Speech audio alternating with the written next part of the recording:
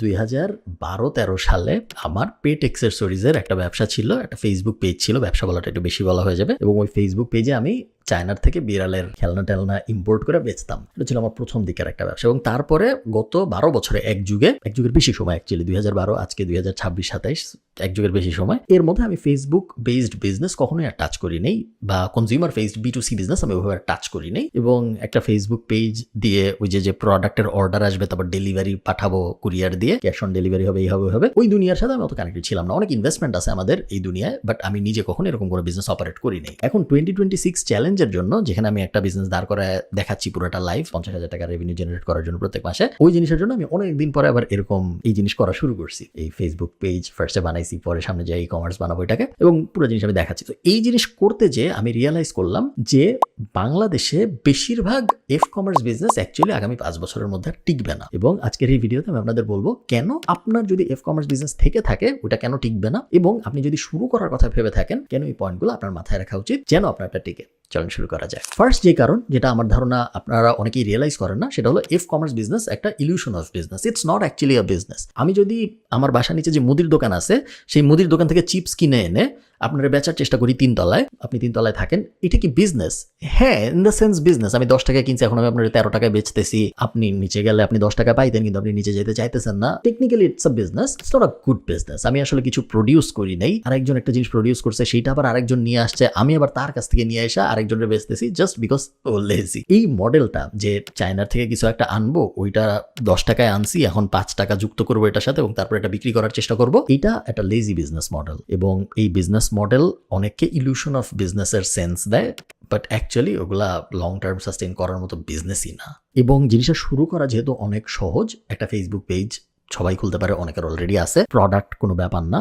এই দুইটা ব্যাপার যখন আমরা মিলাই, ন্যাচারালি অনেক মানুষ ফেল করবেই, কারণ এমন অনেক মানুষ এন্টার করে যাদের প্রবাবলি এন্টার করারই কথা না। সো এই ব্যাপারটা ফার্স্ট আপনি বুঝেন যে ফেলার রেট হাই হবেই, কারণ প্লেয়াররাই অনেকাংশে খারাপ। এখন ফার্স্ট সিরিয়াস পয়েন্ট, 2012 সালে আপনি যদি একটা ফেসবুক পোস্ট দিতেন আপনার ফেসবুক পেজের ভিতর থেকে, 16% আপনার ফলোয়ার ওই পোস্টটা দেখতো। 2026 সালে এসে এটা নামছে 2%-এ। আপনার যদি 100 ফলোয়ার থাকে, 2 জন অর্গ্যানিক্যালি আপনার পোস্ট দেখবে। আপনার যদি 1000 ফলোয়ার থাকে, 20 জন দেখবে। যদি 10,000 ফলোয়ার থাকে, 200 জন দেখবে organically. So organic social media is basically dead. আপনি যদি সোশ্যাল মিডিয়াকে টাকা না দেন, সেই ক্ষেত্রে আপনার ভিজিবিলিটি আপনার কম্পিটিটরদের থেকে বাড়বেন না। এই যখন সিচুয়েশন, তখন জিতবে কারা? তারাই যারা বেটার ভিজিবিলিটি পাবে। বেটার ভিজিবিলিটি কারা পাবে? যাদের কাছে বেশি টাকা আছে। বেশি টাকা কাদের কাছে থাকে? বড় বড় কোম্পানি, বড় বড় ফান্ডস বা বিজনেসেস যারা অনেক ফান্ড রেজ করছে, বা এমন কোনো বিজনেস যেটা এত ছোট যেটা দিকে বড় বড় কোম্পানিরা তাকায় না, কারণ ওরা নিয়ে খুব একটা কেয়ার করে না। এই যদি ল্যান্ডস্কেপ হয়, এখানে বাঁচার চান্স কতটুক? খুব বেশি অ্যাকচুয়ালি না। এবং সবচেয়ে ভয়ঙ্কর ব্যাপারটা দেখেন, 2019 থেকে 2022 আমরা যেহেতু ট্র্যাক করি, 89%-এর মতো ফেসবুক অ্যাডের খরচ বাড়ছে। 89% যদি 3 বছরে খরচ বাড়ে, তার মানে হলো একটা জিনিস বিক্রি করতে আপনি 10 টাকায় কিনে আনছেন, ওটা বিক্রি করতে যদি আগে 5 টাকা লাগতো, এখন অলমোস্ট ওটা বিক্রি করতে 9 টাকা লাগে। এই যখন সিচুয়েশন, আপনি এই মডেলটা লং টার্মে সাস্টেইন করাইতে পারবেন না, কারণ যেদিন আপনি অ্যাডটা বন্ধ করবেন ওই দিন আপনার বিজনেস ডেড, এবং একটা টাইমে আপনি অ্যাডটা চালাইতে পারবেন না, কারণ অ্যাডটা চালায় পুরো জিনিসটা প্রফিটেবল রাখতে ডলার টু বিডিটি কারেন্সির ডিভ্যালুয়েশন আপনার খেয়ালে রাখতে হবে। প্রোডাক্টের ইম্পোর্ট কস্ট বেড়ে যাবে, কারণ টাকা উইক হয়েছে, ডলার ওখানে স্ট্রং হয়েছে, এই কারণে দুই দিকে আপনার লস। একই সাথে যে জিনিসের দাম আগে 5 টাকা হইলেও চলতো, ওই জিনিসের দাম এখন আপনার 9 টাকা করতে হবে, কারণ 5 টাকা করলে এখন প্রফিটেবিলিটি থাকে না। প্রত্যেকটা ইকোনমিক নাম্বার আপনার এগেইনস্টে যাচ্ছে, যে কারণে এটা লং টার্মে সাস্টেইনেবল না। সেকেন্ড জিনিস, যেটা মানুষ অত এটা নিয়ে কথা বলে না, বাট কথা বলা উচিত, আমি জানি না কেন ই-কমার্স কোম্পানিরা বলে না। আমি রিসেন্টলি এই যে আবার কমার্স বিজনেস চালাইতে যায় আবার রিয়েলাইজ করলাম ব্যাপারটা, সেটা হলো cash on delivery is a stupid thing. এই জিনিস বাংলাদেশে জনপ্রিয় হয়েছে কারণ আমরা অসৎ। আমি একটা ফেসবুক পেজ থেকে একটা জিনিস কিনবো, আমি ওরে আগে টাকা দিতে চাই না, কারণ ও না পাঠাইলে আমি কি করব? ও যদি ভুল জিনিস পাঠায় তাহলে আমি কি করবো? এই কারণে আমার কাছে আসবে, আমি ওটা খুলবো, আমি ওটার দিকে তাকাবো, দেখবো, তারপরে যাই আমি ওই ডেলিভারি ম্যানকে টাকা দিব। এটা একটা ব্রোকেন সিস্টেম, জোড়াতালি দেওয়া সিস্টেম। এইভাবে ওয়েস্টে ব্যবসা হয় না। আপনি নর্থ আমেরিকার দিকে তাকান, আপনি ইউরোপের দিকে তাকান, বেশিরভাগ অ্যাডভান্স মার্কেটে এভাবে ব্যবসা হয় না। প্রপার বিজনেসেস থাকে, ওই প্রপার বিজনেস যেন কাস্টমারকে ধোকা না দেয়, ওই কারণে প্রপার অথরিটি থাকে। যে কেউ একটা ফেসবুক পেজ খুলে ব্যবসা শুরু করতে পারে না, তার রেজিস্ট্রেশন নিতে হয়, পেমেন্ট গেটওয়ে নিতে হয়। বাংলাদেশে যেহেতু ওই জিনিস লাগে না, এই কারণে ভুইফোর ফেসবুক পেজ অনেক হয়েছে, সাফার করতেছে পুরো ইকোসিস্টেমটা। 20%-এর মতো রিটার্ন আসে, কাস্টমার ফোন ধরে না।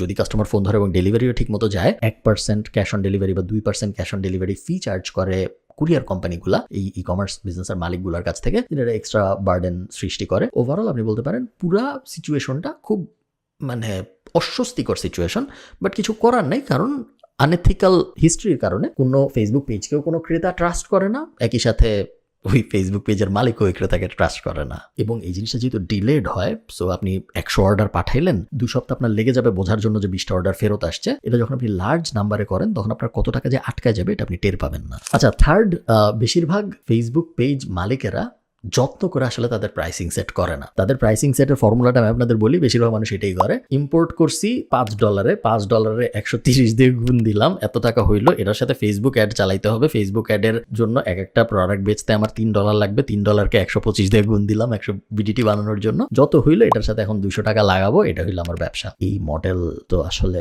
কোনো মডেল হইলো না, তাই না? এটা তো ন্যাপকিন ম্যাথ হয়ে গেল, এবং ন্যাপকিন ম্যাথ বেশিরভাগ সময় লং টার্মে কাজ করে না। স্ট্যাটিস্টিক্স বলতেছে যে বেশিরভাগ কমার্স বিজনেস লং টার্মে যদি আমরা তাকে ওটার উপরে দূরে থেকে ম্যাক্রো ভিউতে 5 থেকে 7 বছরের স্প্যানে ওরা অ্যাকচুয়ালি 5%-এর কম নেট প্রফিট করে। বেশিরভাগ, এটা শকিং স্ট্যাট, বেশিরভাগ যে প্রফিট করে না এটা ওরা নিজেরা টেরও পায় না, কারণ ওরা নিজেদের টাইম ইনপুট, কাস্টমার কেয়ার, এই টাইপ জিনিসপত্র ইনক্লুডই করে না হিসাবে। ফোর্থ রিজন, কমার্স ইজ বাংলাদেশে যেভাবে হয় is a race to the bottom. Race to the bottom মানে হলো বাংলাদেশের ট্রেডিশনাল কমার্স, এটা আমি 2026 চ্যালেঞ্জ চালাইতে যে আরো বুঝছি যে মানুষের মেন্টালিটি নষ্ট করে দেওয়া হয়েছে। এটা কোন গুরুরা করছে, কোন কমার্স এক্সপার্টরা করছে এটা আমি জানি না। বাংলাদেশের মানুষ এই কমার্স বিজনেস বলতে বুঝায় আমি ইম্পোর্ট করব, বানাবো না, কিন্তু সে কিছু বানাইতে চায় না, সে লেজি, বা তার মাথায় সে চিন্তা করবে বা রিসার্চ করবে অত এফোর্ট সে দিতে চায় না, সে উইনিং প্রোডাক্ট ইম্পোর্ট করবে। উইনিং প্রোডাক্ট মানে হলো এমন একটা প্রোডাক্ট যেটা আপনি যত টাকা কিনতে পারতেছেন তার থেকে বেশি টাকা আপনি ইজিলি বেচতে পারবেন। সে ওটা চায়না থেকে ইম্পোর্ট করে বেশিরভাগ সময়, কখনো কখনো থাইল্যান্ড, কখনো কখনো মালয়েশিয়া, ডিপেন্ড করে, বাট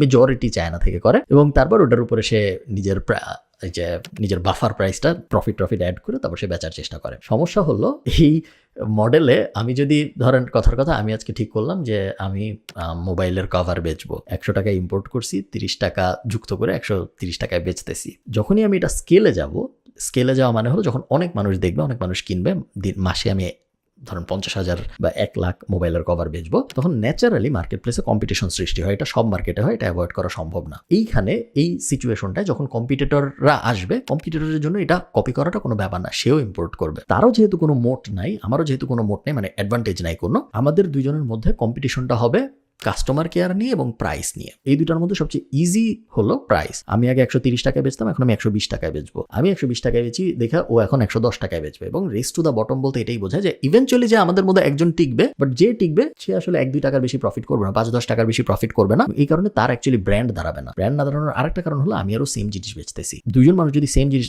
অ্যাপেল এবং নাইকি দুজনেই যদি সেম মোবাইলই বেচতো, তাহলে তো কারো ব্র্যান্ডই দাঁড়াইতো না। একটা ব্র্যান্ড তখনই দাঁড়ায় সে যখন নিজের একটা জিনিস বেচে, নিজে বানাইছে অথবা কোনো একটা কিছু কিনে নিজের মতো করে সে ইমপ্রুভ করছে, তারপরে সে যখন বেচে তখন ওটা একটা ব্র্যান্ড হয়। থার্ড পার্টি বেচতে ওগুলোকে বড় ব্র্যান্ড বলে না। আপনি আজকে চিন্তা করেন তো আপনার সবচেয়ে পছন্দের ব্র্যান্ড কি? উত্তর দেন আপনি যে উত্তরটা দিচ্ছেন আমি শিওর ওরা নিজে কিছু না কিছু বানায়।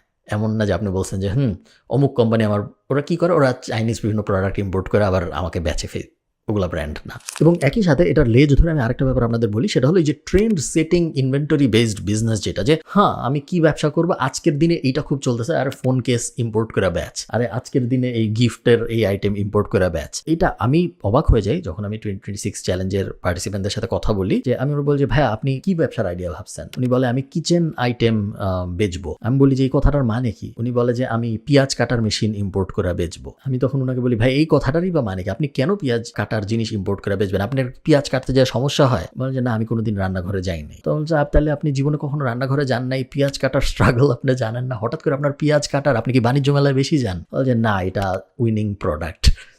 এই যখন মেন্টালিটি, তখন ওরে আপনি কি বা বিজনেস শিখাবেন, ও কি কিছু যে বানাইতে হবে একটা ব্র্যান্ড দাঁড় করানোর জন্য, যে একটা এফোর্ট দিয়ে কিছু একটা চিন্তা করে বাইর করতে হয়, ওই থটের অ্যাঙ্গেলটাই ওনার মাথার মধ্যে নাই। ওই থটের অ্যাঙ্গেলটা যখন ওনার মাথার মধ্যে নেই তখন স্ট্রাগলটা অনেক বেশি কঠিন। তো হ্যাঁ, এই কারণে আই থিঙ্ক বাংলাদেশের বেশিরভাগ commerce either dead or dying, এবং যারা ডাইং না এবং ডেড না তাদের খুব কেয়ারফুল থাকা উচিত যেন তারা ডাইং বা ডেড হয়ে না যান, কারণ মার্কেটটা আমার খুব একটা স্টেবল মার্কেট এবং অর্গানাইজ মার্কেট বলে মনে হয় না। এটা আমি জাস্ট আমার এক্সপিরিয়েন্স থেকে বলতেছি। এই জাস্ট চ্যালেঞ্জের জন্য অনেকদিন পর একটা নিজে কমার্স চালাচ্ছি, ওটা করতে যেয়ে বাকিটা আপনারা বুঝবেন।